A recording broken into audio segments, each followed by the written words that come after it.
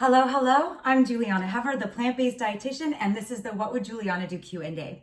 Today, I want to talk about green smoothies. So because of your wonderful questions that are coming in all over the place on social media and via my website, plantbaseddietitian.com, I'm trying to put them all together and siphon them into individual videos on topics that are most popularly asked about.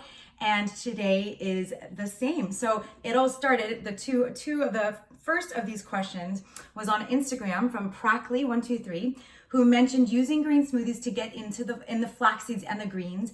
And then Kate3 said, I thought green smoothies were a good thing. Please do a video. And so I am. I used to be a smoothie queen. In fact, one of my very first videos ever was a cooking demo, was a green smoothie recipe. And it was a big old, blender filled with food. And I was so excited and so proud because green smoothies were my gateway into eating a plant-based diet.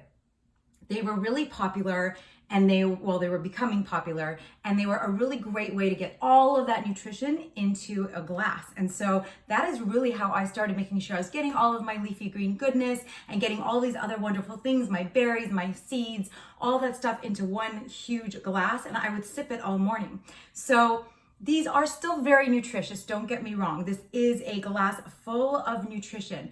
But my question now is, do we really need to consume them? And so here are the two main reasons why I no longer really do drink green smoothies anymore. Very, very rarely. I don't remember the last time I had one. And this used to be something I did every day. The first thing is, they're pre-digested, especially in these power blenders. They are just pureed, right? So you don't have to chew.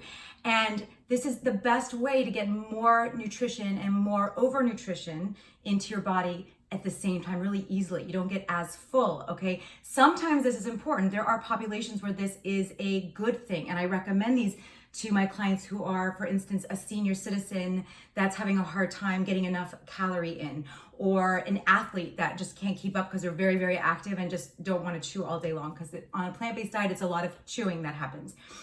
Or for instance, someone that has a GI condition, or I'm trying to think of other things, dentition or oral issues. If you have mouth surgery, or you have a sore in your mouth, or you have, something happening with your throat, anything like that, and it's hard to eat, smoothies are a great way, and they actually feel therapeutic to consume them. So those are some of the populations that I would recommend green smoothies to. But generally speaking, most people come to me to lose weight, or to at least not to gain weight. And most people come to me to deal with all of the chronic conditions that are associated with chronic overnutrition. So I don't encourage them to consume smoothies, and I want everyone to chew. And that is the second reason. They're not very filling. It's very easy to get a lot in because it's already blended. It's already done. All that digestion is done for you by the blender. So the fiber is broken down and it goes through your body much quicker.